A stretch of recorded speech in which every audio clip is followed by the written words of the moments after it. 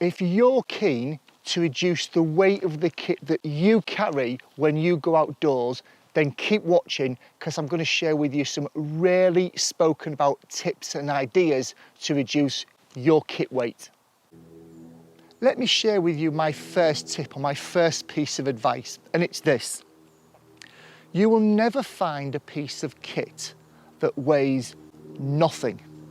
It will always have a weight associated with it. It might be very lightweight, but it's still got a weight associated with it. Bear that in mind, because what I'm about to say next is going to sound really weird, but the lightest piece of kit you will ever take out with you is the kit you leave at home. What the hell does that mean? Well, it means this. No matter how lightweight your kit, if you take it out with you, it adds a weight to your overall kit. It just does, it's inescapable. It might be a very minimal weight, but it adds a weight to your kit. If you take out lots of stuff, all relatively lightweight, that all adds up. So what I'm getting at here is, the best way, in my opinion, to reduce your kit weight is to not take as much kit with you. Now that's really easy to say for somebody that's used to going outdoors and knows what I can take and what I should leave behind and where it depends upon the weather conditions, etc. So for anybody that's just getting into this, I've got a little tip for you. Your notepad and pen that you're probably carrying or should be carrying with you anyway. When you get home after each trip, write the date that you were out and write down everything that you did not use but that you took out with you anyway. Do that on a handful of occasions. Write the date, write what you did not use but took with you. And what you'll start to see is a pattern. You'll start to see over a period of time that you continually took out this piece of kit, no matter how lightweight it was, and you didn't use it. You can then do some critical analysis and say to yourself, do I really need to be taking this? Is it right for me to be taking this out? Because I'm taking it, I'm carrying it, I'm lugging it around, it's taking up weight, it's taking up space in my pack, but I'm not using it. You've got some data to make a decision on then. Now, there is a slight caveat to that, and there are some things that you should be taking out, in my opinion, that fingers crossed you'll never use. Things like a first aid kit, a medical kit, things perhaps like, in certain times of year, a waterproof jacket. It's beautiful sunshine here today, you can probably see, but I've still got a waterproof jacket at the bottom of my day sack that I'm carrying today, just in case. So I think there are some things whereby they might appear on your list time and time again and are never used, but you should still take. And then there are some things on that list where you could start to say to yourself, yeah, maybe I'm carrying this for no purpose. No matter how lightweight it is, it's never going to be as light as when I leave it at home in the garage or the shed. So that's my first tip. Do not take more than you need to take, regardless of how lightweight it is. Tip number 2, once we've decided what we're not taking out with us anymore, we can start to look at that actual kit, and people can start to obsess over how they can get a lighter weight version of it or how they can modify it in some way to reduce the weight of it. And that's fine, each to their own. And then they throw it all in their day sack or their Bergen and off they go. People often overlook the actual pack itself. They obsess with the equipment that goes in the pack, but the pack is almost so obvious. The pack is almost so in your face that people forget about the pack itself. That has a weight to it. Now, there are pros and cons to reducing your pack weight, the weight of the pack itself. There's often very little you can do to actually modify it. You can cut straps off it and things like that, and waist belts, and I've done stuff like that in myself, not for weight saving, but you can do things like that. But often the easiest way to reduce the weight of your pack itself is to get a lighter weight pack. And therein comes something of a trade-off. I'm a big user in the past of using military surplus stuff that I've brought with me from a previous life. It's absolutely bombers. It's lasted me decades. It's still going strong. It will probably outlive me. Really, really good, robust, hard-wearing, tough pieces of kit. but that comes at a cost, and the cost is the weight of the overall pack is a lot. You can get some incredible lightweight packs nowadays. I mean, mind-blowingly lightweight.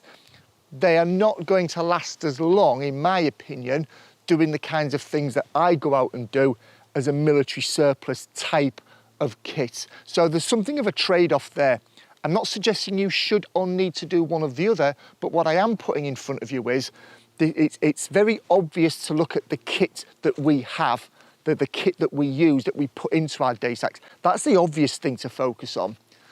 But don't forget about looking at the weight of the pack itself. Do you have a lighter weight pack? Could you get a lighter weight pack? If you did, would that be a disadvantage in other areas?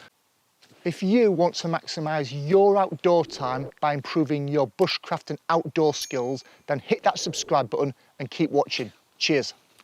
I've just mentioned military surplus kit there, which brings me very nicely onto tip number 3.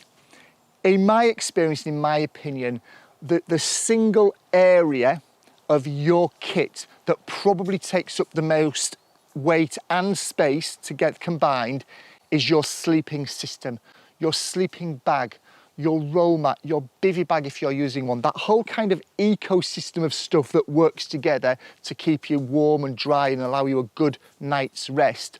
All of that combined, in my opinion, usually adds up to the bulkiest and the heaviest overall. Now, in the same vein as with your pack itself, heavy kit comes with a trade-off versus lower kit, which comes with a trade-off as well. You're probably already thinking, you've probably already thought about your sleeping system being able to reduce the weight. So I'm not going to labour this point too much, but I'm going to offer a piece of advice. If you are in the British Isles or the UK, that kind of area, and you are looking at sleeping bags, you have probably looked at, you may have already bought the British Army sleeping bag from the 90s / the 2000s, affectionately known as the Bouncing Bomb. And it was known as the Bouncing Bomb for a very, very good reason. It is bloody bulky, it is bloody heavy, and it's bloody warm. And in my opinion, it's almost too warm for most of the conditions that you're likely to experience here in the UK. There will be exceptions, and at times it's the right bag, but that comes at a hell of a trade-off in terms of weight and bulk. On the plus side, you can get them for almost next to nothing because those sleeping bags have now been replaced by a more modular system.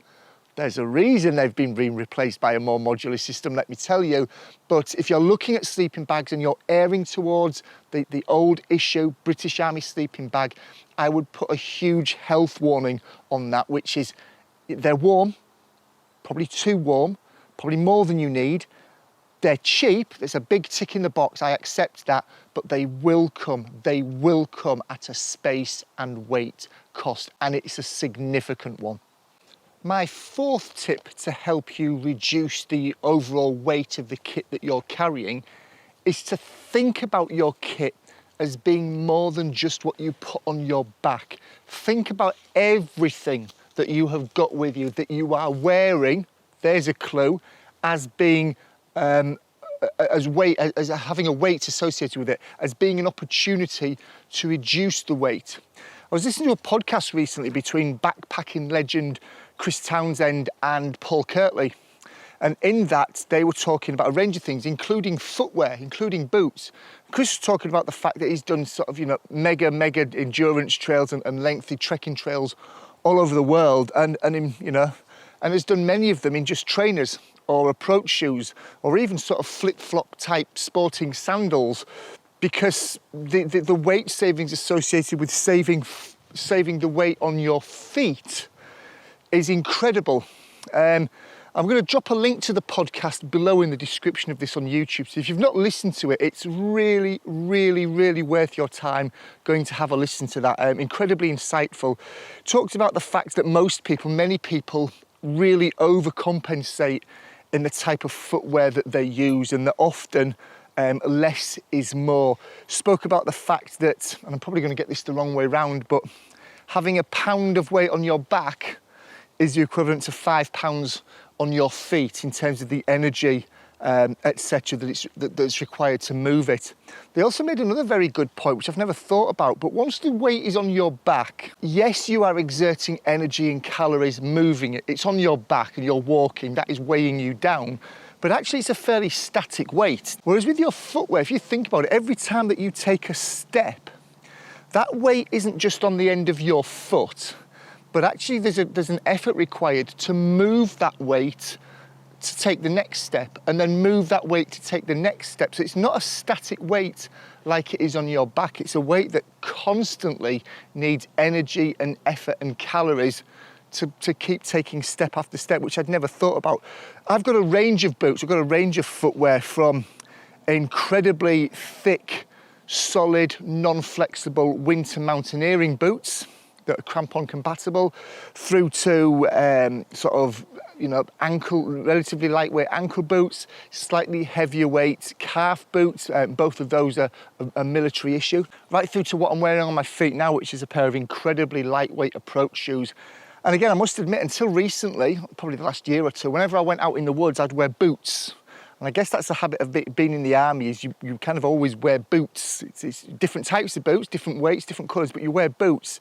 However, now I've got the flexibility, actually, on days like this, why not wear a pair of lightweight approach shoes / trainers? Because they're much more comfortable to wear and they reduce the overall weight of the kit that you're carrying. So my fourth tip, think about your kit as being far more than just what you stick on your back.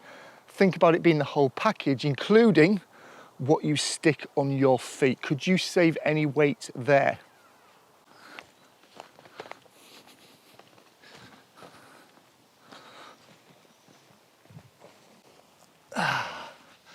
Whew, let me just take this off. It's a warm one today.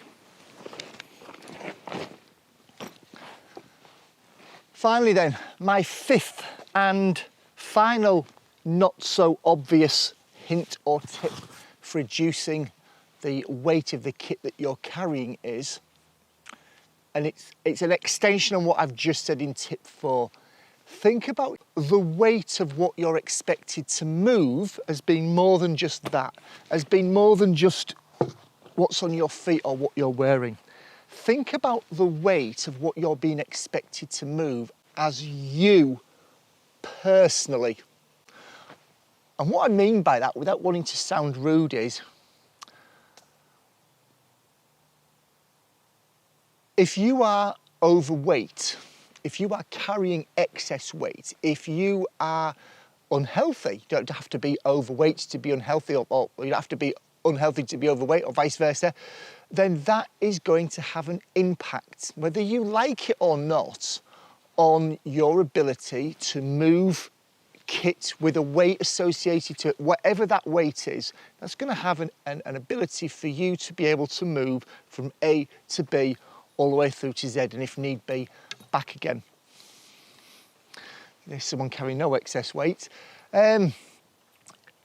We could take 2 sets of kit, clothing, equipment, identical. We could buy the lightest weight stuff that is available in the world, and we could give it to 2 very different people. Somebody who is fit and healthy and not carrying any excess weight, and somebody that is perhaps the opposite to that. Both carrying the same kit, both the same age perhaps.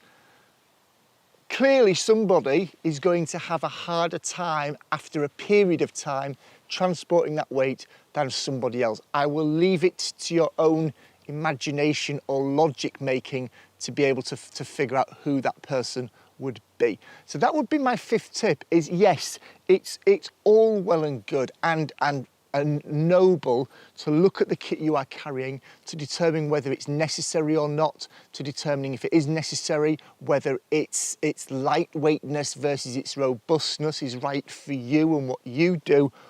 I do that all the time, and I'm sure you do that. But I think it would be churlish of me not to also suggest in this, if we're looking at the ability to cut down the weight that we are carrying, is also to determine ourselves, our body, as weight as well. I'm not going to go down the route of how you do that, because some people may take offence, some people may, for one reason, medically or another, be able to do something somebody else can't. Just I'm going to leave it hanging there. I'm going to leave those words out there. The kit is one thing, but your own physical body and anatomy and physiology is another thing as well. So don't ignore that. I'm not saying you do anything about it, but at least consider it. If you're interested in taking a closer look at the kit and equipment that I carry and why I carry it, then check this video that's appearing up in the top right-hand corner of your screen right now. If you've enjoyed the video and you want to maximise your outdoor times by improving your bushcraft and outdoor skills, then do remember to hit that subscribe button, and I'll see you in the next video very, very soon. Take care.